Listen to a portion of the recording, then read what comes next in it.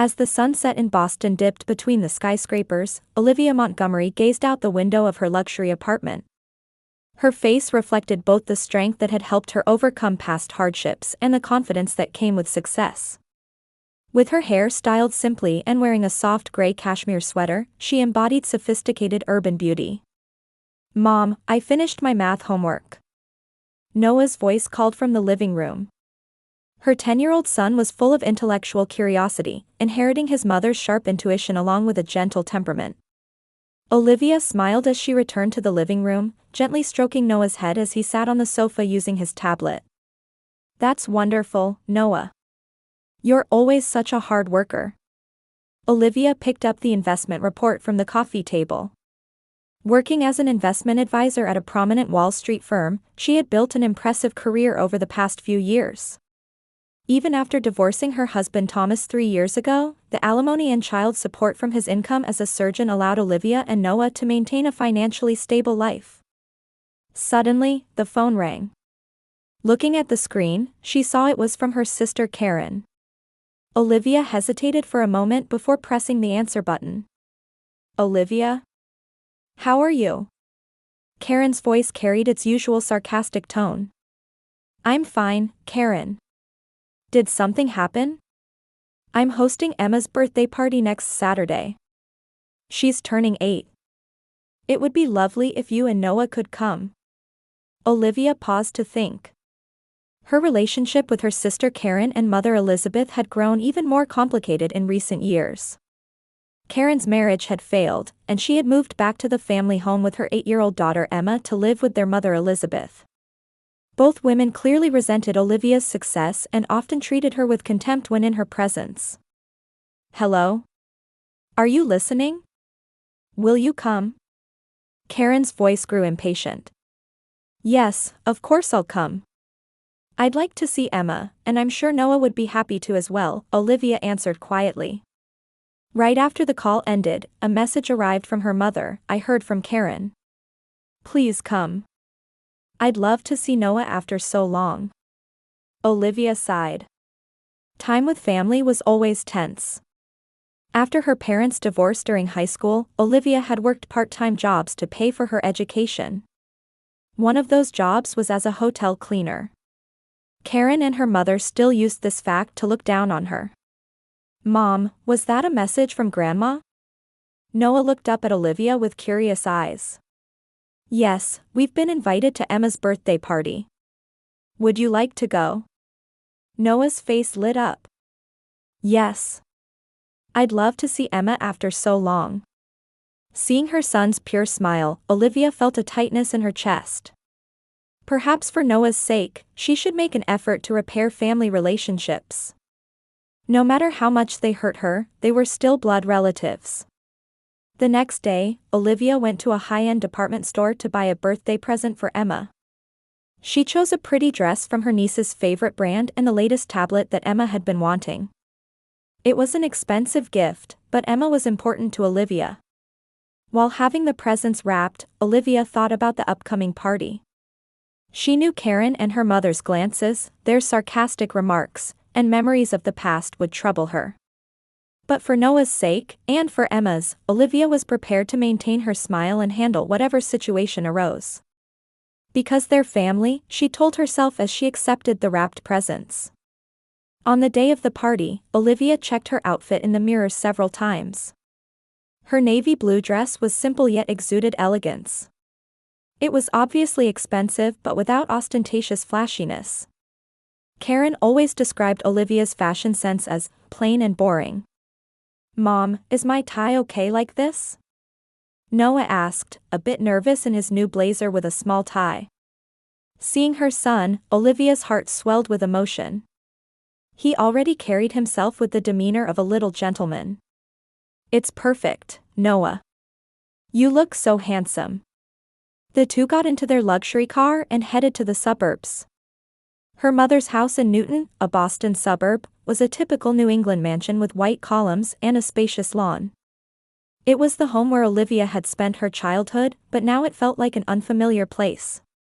When they parked in the lot, several cars were already there. Emma's friends and Karen's acquaintances had already arrived. Olivia and Noah rang the doorbell, and Mother Elizabeth opened it. At 65, she made efforts to look younger than her age with perfectly styled hair and an expensive pearl necklace. "Olivia, Noah, glad you could make it." Elizabeth's voice was warm, but her eyes were cold as they assessed the two. "Everyone's already here." Entering the living room, Olivia saw guests gathered in the elaborately decorated room. Pink and gold balloons hung from the ceiling, and the table was laden with an extravagant cake and sweets. Karen was chatting with guests, a wine glass in hand. She was 2 years older than Olivia but clearly trying desperately to look younger. Her tight dress and large jewelry were her attempt to project the image of a successful woman. "Olivia. You came." Karen embraced her sister and planted an artificial kiss on her cheek. Then she whispered in Olivia's ear, "What a plain outfit. Couldn't you dress up a bit more?" Olivia smiled and replied, "It's Emma's party, so she should be the star." "Aunt Olivia." Emma came running over. Wearing a pink party dress, her golden hair bounced at her shoulders. Olivia hugged Emma and handed her the wrapped presents. "Happy birthday, Emma. This is for you." Emma's eyes lit up as she took the package. "Can I open it?" "Of course." When Emma opened the presents, out came the latest tablet she had wanted and the pretty dress. Emma squealed with delight and threw her arms around Olivia. "Thank you. Mom, look. It's the tablet I wanted." Karen's expression hardened momentarily. "My, how nice. Olivia always gives such extravagant presents. We could never match that." Olivia said nothing to this sarcastic remark. Soon Emma was called by her friends and returned to the circle of children. Noah gradually began to mingle with the other children as well. Noah is always so quiet and reserved, Elizabeth approached with a coffee cup in hand. "Jennifer's son, Karen's friend, has already won the junior tennis championship. Does Noah play any sports?" "Noah is in the chess club and won a tournament last month," Olivia answered quietly. "He's quick thinking and good at strategic thinking." "Chess?" Elizabeth said with a slight sneer. "Well, that's fine too, but don't you think active sports are necessary for boys? Maybe because you're raising him alone, he lacks male influence." Olivia took a deep breath and smiled calmly. "Noah does what he enjoys and succeeds at it. I'm proud of that." As the party progressed, Karen began talking louder and louder with the guests. She had drunk several glasses of wine and her cheeks were flushed. "Hey everyone, listen." Karen suddenly raised her voice. "Let me tell you about my sister Olivia. She married a doctor, you know. But as soon as he became successful, she divorced him and squeezed a huge settlement out of him." The room fell silent. Olivia felt frozen. Karen continued. "She dumped the man but made sure to secure the money. That's why she can pretend to be an investor while living in that fancy apartment." Then Mother Elizabeth joined in. "That's right, but Olivia wasn't always wealthy. During college, she worked cleaning toilets at hotels to earn living expenses. Becoming a single mother and struggling, it's really shameful, isn't it?" Olivia felt her face grow hot. Her mother and sister were talking about her past struggles as if they were something to be ashamed of. The other guests in the room looked uncomfortable but no one stepped in to stop them. "Mom." Noah's small voice came from beside Olivia. His eyes looked up at his mother with concern. Olivia smiled gently at her son and put her arm around his shoulders. "It's okay, Noah." But inside, anger and sadness were swirling. No matter how successful she became, would she always be a shameful existence in her family's eyes? With Karen and Elizabeth's laughter ringing in her ears, Olivia quietly stood up. "Excuse me, I need to use the restroom." No one followed her. Olivia whispered to Noah, "I'll be right back," and climbed the large staircase to the second-floor bathroom. Passing by what used to be her room, she opened the old wooden door. Once inside the bathroom, Olivia finally let out a deep sigh. Looking at herself in the mirror, Olivia reflected on her life choices. She was proud of working her way through college, building her career, and raising a loving son. Yet somehow, she always lost confidence in front of her family. Just a little longer, Olivia told herself. For Noah's sake, and for Emma's. She cooled her face with water and took a deep breath. Looking out the bathroom window, she could see children playing happily in the garden. Noah was among them, talking with Emma and her friends. A small smile appeared on Olivia's lips. At least Noah seemed to be enjoying himself.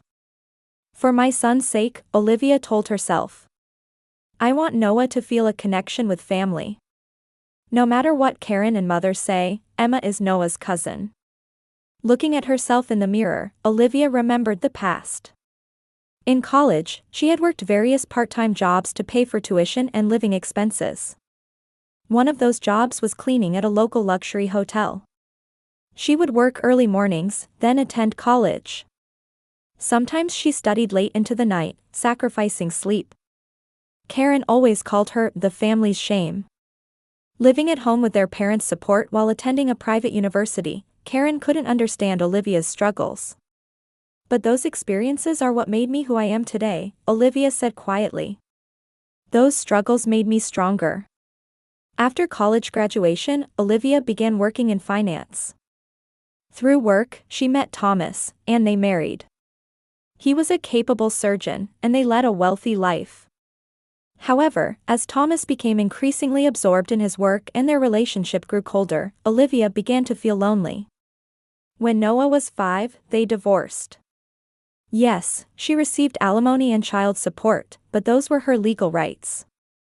It wasn't squeezing money, as Karen had said. Olivia sighed. Why did she still have to endure such treatment from her family? She had lived honestly, worked hard to raise her son, and built her own career. Just a little longer, then I'll take Noah home, Olivia resolved. We never have to come back. As she was wiping her face and fixing her appearance, suddenly she heard a strange sound. At first, she thought it was her imagination, but it was clearly a human voice. Olivia stopped moving and listened. The voice seemed to be coming from inside the wall, no, from the ceiling vent. A small, thin voice. Aunt Olivia. Olivia caught her breath. It was Emma's voice. She looked up at the ceiling vent. She had heard that the old mansion had an air conditioning system connecting the rooms, which sometimes carried voices. Emma. Olivia called softly. Aunt Olivia, can you hear me? Emma's voice was faint but clearly urgent. Yes, I can hear you. What's wrong? After a moment of silence, Emma's voice came again, even more tense than before. Run away. Right now. A chill ran down Olivia's spine. What? What do you mean? It's dangerous. Get away quickly. Mom and Grandma are planning to do something to you and Noah. I heard them say they were going to put something in your tea. Olivia froze. It took a few seconds to understand the meaning of Emma's words. Karen and her mother were trying to do something to her and Noah? Surely not put sleeping pills or something in their drinks. Emma, really? Where did you hear this? Last night, I heard Mom and Grandma talking. They said when you came to the party, they would prepare special tea. And Emma's voice trembled. They said something about making you sign some documents. Various thoughts raced through Olivia's mind. Recently, she had become co-owner of a property in her mother's name. It was a legal arrangement set up by her mother after her father's death for tax purposes. Could they be trying to make her give up those rights? Emma, are you okay? You're not in any danger, are you? Olivia asked worriedly. I'm fine. But I'm worried about you. Emma's voice broke off. Oh, someone's coming. I have to go. Emma, wait. But there was no response. Olivia kept staring at the ceiling vent, trying to organize the situation in her head. Was this true? Were Karen and her mother really plotting something against her and Noah? Come to think of it, Karen had suddenly started contacting her more frequently in recent months. And calls from her mother about family bonds had increased as well. Until now, Olivia had considered this a sign of reconciliation, but perhaps there was some other intention. She had heard rumors that Karen and her mother were in financial trouble. Child support from Karen's ex-husband was minimal, and her mother's pension alone would make it difficult to maintain this large house and their standard of living. I need to think calmly, Olivia told herself. She needed to leave the bathroom, secure Noah first, and then find some evidence. As she put her hand on the doorknob, Olivia took out her phone. She decided to activate a recording app in case something happened. She might need evidence. Taking a deep breath, Olivia opened the bathroom door. The hallway was quiet, with the lively sounds of the party coming from downstairs. She moved quietly toward the stairs but stopped when she heard Karen's voice. "We'll start soon. I've prepared the special iced tea." Olivia paused and hid. From around the corner of the hallway, she could see the stairs leading to the kitchen. There, she saw Karen and her mother, whispering and pouring something into glasses. "Are you sure about this?" her mother's voice was heard. "She'll feel sleepy right away." "Yes, it's the sleeping pills I use. They're strong, so they'll work quickly," Karen's voice had an eerie confidence. "Once Olivia signs, everything will be ours." Olivia's heart pounded. This was no joke. They really were plotting something. Emma's warning had been correct. A mixture of fear and anger swirled inside Olivia. But she needed to stay calm now. She needed to protect Noah and get them both safely out of this situation. Olivia quietly checked her phone's recording. Karen and her mother's conversation had been properly recorded. She now had evidence. Next, she needed to find Noah and leave this place. Hiding in the shadows of the hallway, she considered how to safely reach Noah. Various thoughts raced through her mind. Olivia quietly descended the stairs and observed the party. In the living room, children and their parents were gathered, watching Emma open presents from her friends. Karen and Mother Elizabeth came out from the kitchen, apparently preparing for the special hospitality. Karen held 2 glasses in her hands. What she called special iced tea was an amber liquid with ice floating in it. After checking her phone recording and setting it to continue recording in sleep mode, Olivia looked for Noah. Fortunately, he was standing by the window overlooking the garden. "Noah," Olivia quietly approached her son. Placing a hand on his shoulder and carefully checking their surroundings, she said in a low voice, "Listen carefully. Special tea will be served soon, but don't drink it under any circumstances." "Why?" Noah looked puzzled, but sensing the tension in his mother's expression, his face immediately became serious. "I'll explain later. Just do as I say. If you're offered any drink, say your stomach hurts and refuse it." Noah nodded slowly. Since he was little, he had known that his mother's words always had an important reason behind them. "Okay, Mom." Just then, Karen approached Olivia with the glasses in hand. "Olivia, here's special iced tea. I made it especially for you." Karen's smile appeared kind on the surface, but her eyes weren't smiling. Olivia pretended to be calm and smiled. "Thank you, Karen. I was really thirsty." She took the glass and pretended to take a sip. "It's delicious." "What's in it?" "Secret recipe," Karen said proudly. "Oh, and there's something I want to talk about after the party. Some papers I need you to sign regarding Mom's property." "I see," Olivia maintained her composure. "What kind of papers?" "Just formalities. Since Mom is getting older, we want to get things in order in case something happens," Karen answered lightly, but her eyes were sharp. Olivia nodded. "Of course, I'm happy to help." When Karen left satisfied, Olivia immediately took action. She went to the kitchen, made sure no one was there, and emptied her glass into a potted plant. Then she took regular iced tea from the refrigerator and poured it into her glass. Next, she found her mother and Karen's glasses and discreetly switched them with the special iced tea Karen had prepared. If they had really put sleeping pills in it, they could have a taste of their own medicine. When she returned to the living room, Mother Elizabeth approached her with a smile. "Olivia, are you enjoying yourself? I see Karen gave you the special tea." "Yes, it's delicious," Olivia smiled and slightly raised her glass, which actually contained nothing suspicious. "Are you drinking it too?" Of course, Elizabeth took her glass and had a sip. But it was now the glass that Olivia had switched. The party continued, with children eating cake and playing with presents. Noah followed Olivia's warning and didn't drink anything. After about 30 minutes, strange changes began to appear. Karen suddenly sank deep into the sofa and began rubbing her eyes. "Somehow, I'm suddenly feeling sleepy." Mother Elizabeth similarly began slurring her words and her posture slumped. "I also feel strange." The party guests looked at them with concern. "Are you all right?" one mother asked. "Are you feeling ill?" "Just a bit tired," Karen forced out the words. But her eyelids were drooping heavily. Inwardly, Olivia was calmly analyzing the situation. Her guess had been correct. Karen and her mother had really intended to use sleeping pills.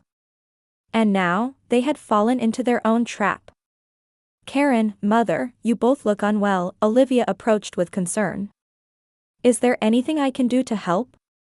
Karen looked up at Olivia with a suspicious expression. Her eyes were losing focus. "Why are you still fine?"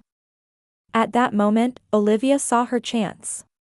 She took out her phone and stopped the recording. Then she pressed play. Karen and her mother's voices echoed through the room. "Are you sure about this? She'll feel sleepy right away." "Yes, it's the sleeping pills I use. They're strong, so they'll work quickly. Once Olivia signs, everything will be ours." The room fell silent. The guests looked at each other in astonishment. Even the children, sensing that something serious was happening, stopped playing and looked at the adults. "What is the meaning of this?" Olivia quietly asked Karen and her mother. "Were you after my assets and my son's future?" Karen's face turned pale. "No, that's not it." Elizabeth also tried to make excuses, but the sleeping pills effect prevented her from speaking clearly. "The evidence is clear," Olivia said calmly. "You were trying to drug Noah and me to make us sign documents. Were you perhaps trying to make me give up the rights to the property in Mother's name?" Voices of surprise rose from among the guests. One woman stood up and said, "We should call the police." "Yes," Olivia answered quietly. "This is clearly a criminal act." From the corner of the room came the sound of small footsteps, and Emma ran over. She threw herself into Olivia's arms and began to cry. "Aunt Olivia. I'm glad I warned you," Emma said through tears. "I was scared when I heard Mom and Grandma planning something bad."